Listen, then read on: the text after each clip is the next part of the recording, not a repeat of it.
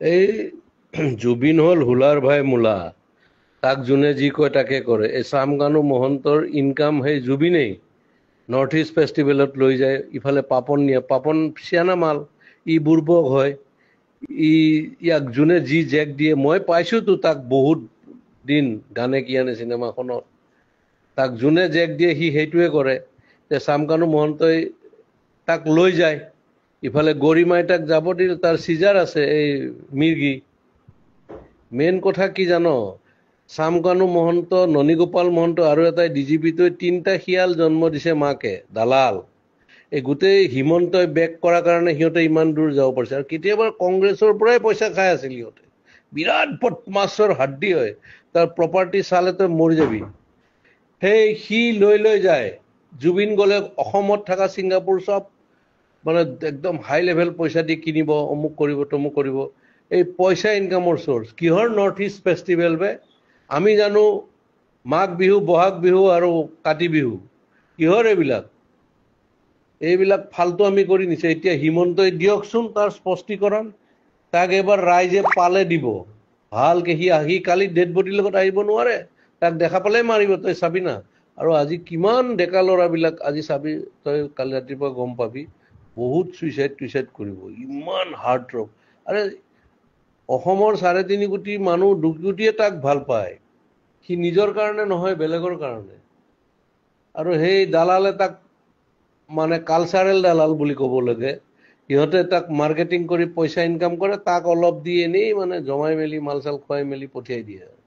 সেইটোৱে ধান্দা।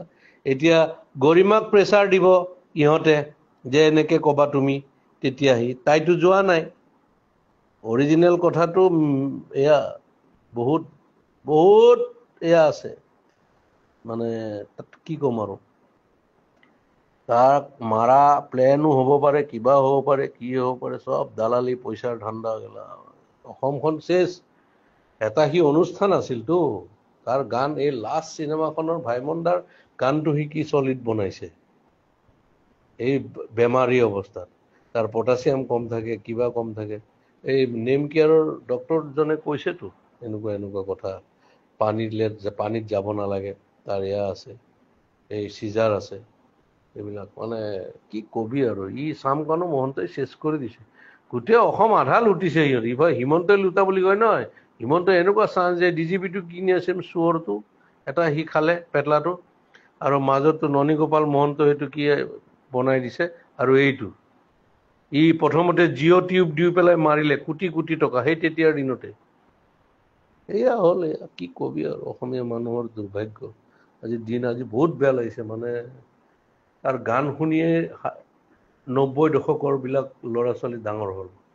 আমিতো বাৰু চবৰে শুনিছোঁ, কিন্তু তাৰ গান শুনিয়েই মোৰ ল'ৰা চব ডাঙৰ হ'ল। আনকি আমাৰ ছাইডত মিস্ত্ৰীয়ে ৰং কৰি আছিল, সিদিনাখন মোবাইলত তাৰ গানেই বজাই আছিল। এই তেনেকুৱা কথা আৰু কি কৰিবি ক, এইটো দুৰ্ভাগ্য। সিও বেপৰুৱা মানুহ, সিও মানে এনেকুৱা, সেইকাৰণে হ'ল আৰু। এই মাইকেল জেকচন 50ত মৰিল, ই 52 মৰিল, কিশোৰ কুমাৰ 58ত মৰিছিল। এনেকুৱা আৰু উপায় নাই আৰু, মৃত্যুৱে যাক লৈ আহে, লৈ যায়, সেইটো। বাকী চব মানে কি কবি আৰু, কৈ লাভ নাই। মুঠৰ ওপৰত এই চামকানু মহন্ত বোলাটোক ৰাইজৰ মাজত এৰি দিব লাগে কেলা, কোবাই কোবাই মাৰিব লাগে। তাক 3টা মহন্তক মাৰিব লাগে সিহঁতক, এই 3টাই চেচ কৰি দিছে ভিতৰেদি।